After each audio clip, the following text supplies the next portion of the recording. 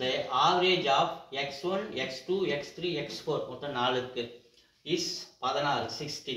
அப்போ இந்த டோட்டல் வேணா x1 plus x2 plus x3 plus x4 total வேணா average 16 into 4 4 மல்டிபிள் பண்ண நமக்கு 64 இதை அப்படியே வச்சிங்க.